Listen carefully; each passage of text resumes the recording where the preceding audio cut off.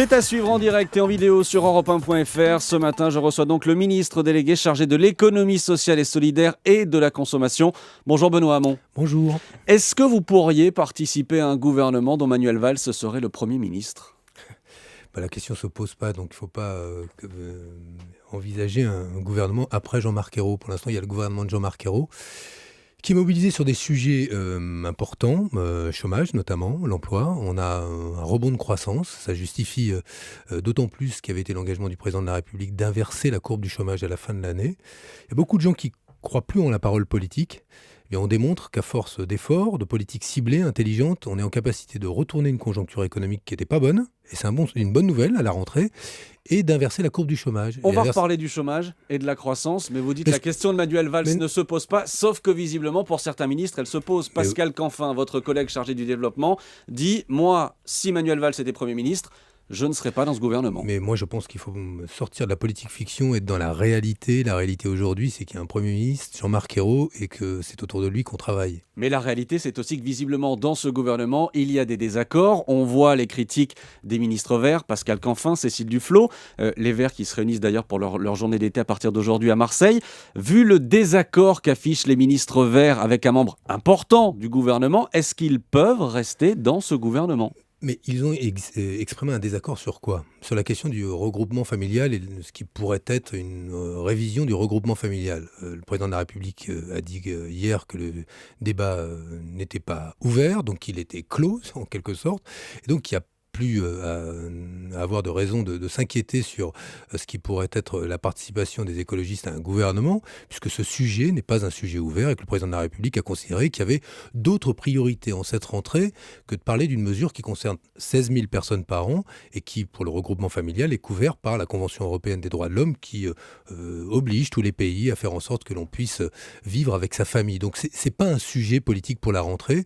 Et moi, je veux dire à tous mes amis qu'il faut qu'on se concentre sur l'essentiel. Et l'essentiel, c'est l'emploi, le pouvoir d'achat, et pas d'ouvrir des débats qui sont des débats, pour le coup, qui intéressent sans doute ceux qui préfèrent parler de l'écume des vagues que de l'essentiel.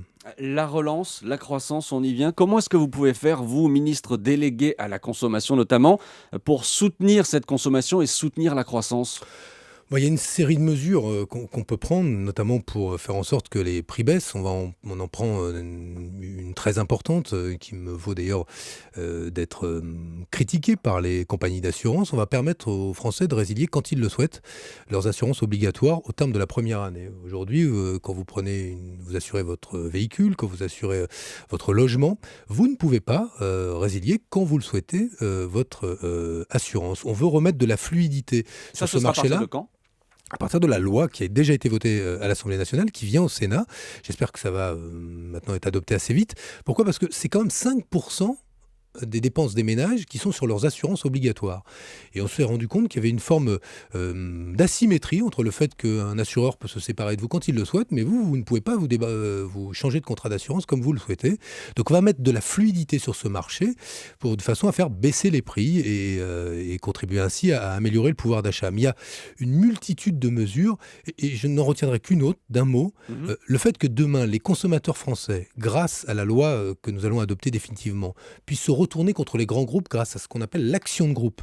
Quand vous êtes victime d'un litige de consommation, que tout seul, face à un grand groupe, vous n'obtenez jamais satisfaction, demain, grâce à l'action de groupe, les associations de consommateurs s'empareront de ces dossiers-là et vous serez indemnisé du préjudice que vous avez subi. Ça n'existait pas en France.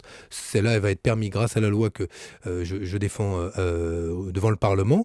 Et ça va redonner très concrètement du pouvoir d'achat, redistribuer une forme de rente économique qu'avaient constitué certains grands groupes au détriment de vous, consommateurs. Alors, vous parlez de pouvoir d'achat, vous parlez de baisse des prix, sauf que la TVA va augmenter, ça on le sait déjà. La CSG sans doute aussi. Le pouvoir d'achat, mécaniquement, va baisser. Oui, mais observez, la rentrée scolaire, la répression des fraudes vient de faire une enquête pour montrer quoi ? Les prix sont fixe. Oui, mais que ça va, pour une bonne partie des dépenses, être en dessous de l'inflation, alors qu'on a revalorisé l'allocation de rentrée scolaire une fois nouvelle. Donc on voit bien qu'il y a aujourd'hui des gains de pouvoir d'achat qui sont réalisés. Cependant, vous évoquez l'augmentation de la TVA. Elle est directement liée au financement, et je le rappelle à M. Gattaz, qui va lui aussi faire ses universités d'été, au financement du crédit d'impôt, oui, qui permet d'améliorer la compétitivité de nos entreprises. Cette mesure, elle est destinée à faire de l'emploi. Et la priorité, qu'on l'entende bien, du gouvernement, c'est de sortir de cette ornière dans laquelle est la France depuis maintenant des années et des années, qui est celle d'un chômage de masse. Nous voulons renouer avec l'objectif du plein emploi, c'est-à-dire que il faut faire des efforts, et faire des efforts en arbitrant toujours en faveur des mesures les plus favorables à l'emploi, d'où la nécessité aujourd'hui de soutenir la compétitivité de nos entreprises, d'où la nécessité de financer des programmes comme les emplois d'avenir. Il y a déjà 50 000 jeunes qui ont trouvé un emploi grâce au programme d'emploi d'avenir. Il y en aura 50 000 supplémentaires d'ici la fin de l'année. Voilà, nos priorités sont là-dessus. Et ça tombe bien, il y a un rebond de croissance que personne n'espérait. Mais est-ce que je veux juste le dire, les experts qui sont encore trompés sur ce qui allait se passer en France. Mais justement, avec cette hausse de la TVA et peut-être de la CSG à venir, sans doute, est-ce qu'on ne va pas tuer un des vecteurs de croissance ? Nous ne croyons pas. Nous essayons de trouver un équilibre entre, d'une part, le niveau des prélèvements obligatoires, la réduction de la dépense publique, elle a un coût, parce que c'est aussi parfois un service public qu'il faut réorganiser, des fonctionnaires qui s'inquiètent sur les conditions dans lesquelles ils exercent leur mission, et la croissance. Et si nous n'avions pas obtenu, je veux juste le rappeler, ce que n'avaient jamais obtenu nos prédécesseurs, la réorientation des politiques européennes auprès de Bruxelles, le fait de retarder pour la France la date à partir de laquelle nous serons obligés d'arriver à 3% de déficit public, si nous n'avions pas obtenu par le rapport de force politique, par l'exercice d'un leadership politique par François Hollande au niveau européen, ce changement des politiques européennes, nous n'en serions pas là. La croissance que nous retrouvons, l'inversion de la courbe du chômage, elle ne procède pas juste du miracle économique extérieur à l'économie française, elle procède aussi de choix politiques réalisés depuis un an. Encore un mot des prix. Vous l'avez peut-être entendu tout à l'heure dans le journal de 8 heures. Une étude de l'association de consommateurs CLCV dénonce le manque de transparence des auto-écoles en matière de tarifs. Et elle met des disparités. Elle met en lumière des disparités énormes entre les régions. À Paris, le permis peut coûter jusqu'à 1 425 €. C'est 2 fois plus cher qu'à Lille. Clairement, les auto-écoles, certaines auto-écoles abusent. Qu'est-ce que vous pouvez faire, vous, ministre ? Regardez ça de près, et je peux vous assurer qu'on va regarder ça de près. Nous étions concentrés sur les vacances des Français, les restaurants, les équipements de loisirs, les hôtels, les loisirs sportifs pendant l'été avec la répression des fraudes. C'est la rentrée. Cette question des conditions dans lesquelles on paye son permis de conduire, et aujourd'hui, pour pouvoir être mobile, pour pouvoir avoir un emploi, il faut souvent avoir le permis de conduire. Nous allons regarder ça de près, et moi je salue le travail du mouvement consumériste et des organisations de consommateurs, parce qu'elles aident beaucoup la Direction générale de la consommation, de la concurrence et de la répression des fraudes, mon administration, à faire en sorte de lutter contre ces pratiques commerciales trompeuses parfois, ces défauts d'étiquetage, ces défauts d'information. Mais ça veut dire que là, ce matin, vous allez passer la consigne à vos troupes d'aller vérifier ça sur le terrain ? Et très concrètement, moi je vais me saisir de cette alerte de la CLCV pour demander à la répression des fraudes de faire la lumière sur ce qui se passe dans les écoles de conduite. Oui. Benoît Hamon, je reviens à la politique. Est-ce que vous avez lu l'Express hier ? Oui. L'Express vous surnomme le planqué, oui. Sous-entendu, on ne vous entend plus beaucoup depuis que vous êtes au gouvernement, comme si vous attendiez une promotion en cas de remaniement. Le planqué, comment vous réagissez ? Je pense que des fois, il ne faut pas trop parler. Je vous le dis, je le dis aussi, c'est valable pas que pour moi, mais il y a des domaines dans lesquels le ministère de la parole, ça sert pas à grand-chose, sauf à masquer l'impuissance dans les faits, dans la réalité. Et on l'a vu sous Nicolas Sarkozy, qui était le spécialiste de la parole, et derrière, les résultats suivaient pas.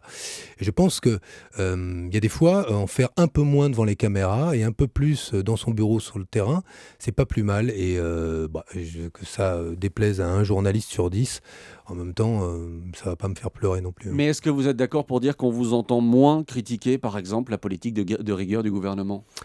Mais je suis membre de ce gouvernement. Mais ça a été un de vos chevaux de bataille avant d'entrer dans le gouvernement, de critiquer la rigueur. Ce qui ne m'empêche pas d'exprimer mon point de vue auprès du Premier ministre, du Président de la République et de mes collègues. Et je le fais. Et un certain nombre de sujets ont obtenu des orientations économiques aussi en fonction de ce que j'ai pu exprimer avec d'autres à l'intérieur du gouvernement, et je parle notamment des questions européennes.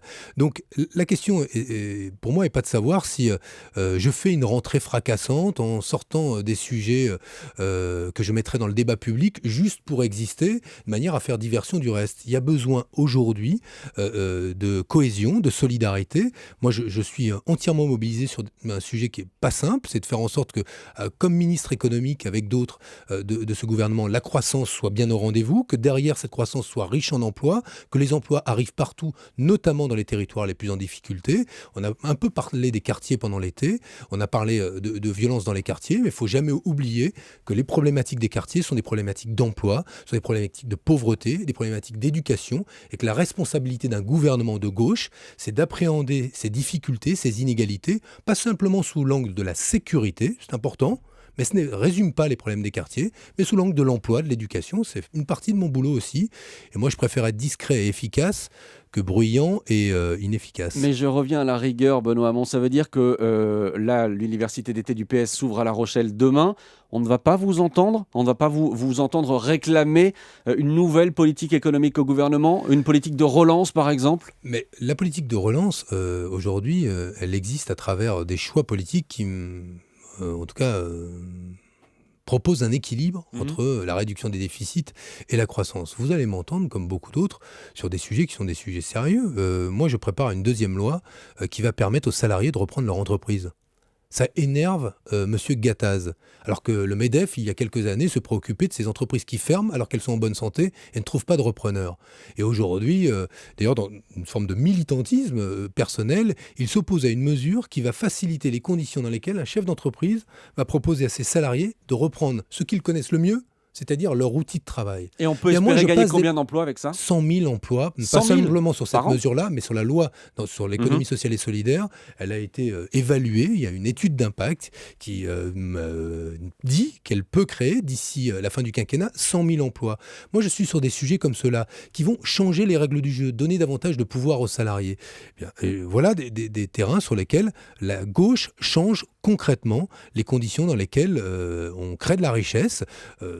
Toutes les entreprises ne seront pas dirigées par leurs salariés, mais quand parfois elles peuvent l'être, et quand ça se traduit par des résultats économiques du maintien de l'emploi, il ne faut faire l'économie d'aucune solution. Eh bien, ce gouvernement, sur l'emploi, ne fera l'impasse sur aucune solution, même si idéologiquement, certains se crispent, et je peux comprendre qu'ils se crispent parce qu'ils ne partagent pas les mêmes orientations politiques que nous, mais je leur dis, notre responsabilité politique, c'est d'aller chercher les emplois les uns après les autres, et nous ne relâcherons pas notre effort sur ce terrain. Est-ce que vous ressentez, comme Pierre Moscovici, votre collègue au gouvernement, un ras-le-bol fiscal de la part des Français? J'entends, je veux dire, payer plus d'impôts. Ce sont les mots du ministre. Oui, non, mais j'ai bien entendu ce qu'a dit Pierre Moscovici. Il y a des Français qui expriment une forme de fatigue à payer des impôts, surtout quand ils ont le sentiment que la succession de ces efforts ne se traduit pas par des résultats.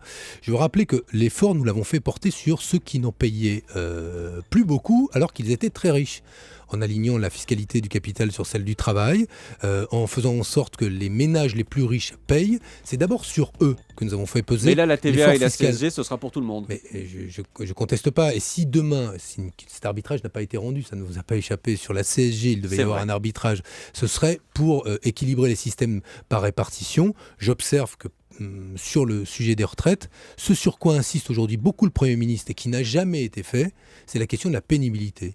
Trouvez-vous normal aujourd'hui qu'un ouvrier qui a eu un travail pénible toute sa vie, qui a cotisé pour pouvoir partir à la retraite, eh bien, n'ait pas un bénéfice au moment de partir à la retraite alors qu'il va vivre beaucoup moins longtemps que tous les autres. Mais en réalité, on a un système qui est si injuste que ce sont les ouvriers qui payent, qui cotisent pour la retraite de ceux qui vont vivre longtemps, qui sont qui? Les cadres ou ceux qui n'ont pas eu de métier pénible. Eh bien, il faut que sur les métiers pénibles, demain, un trimestre travaillé, ça vaille plus qu'un trimestre cotisé, de façon à ce que on puisse permettre à ceux-là qui ont eu une vie difficile de pouvoir vivre plus longtemps à la retraite. Et ce sera l'objet donc de la réforme des retraites dont on va beaucoup reparler dans les semaines qui viennent. Merci Benoît Hamon, merci d'avoir accepté notre invitation.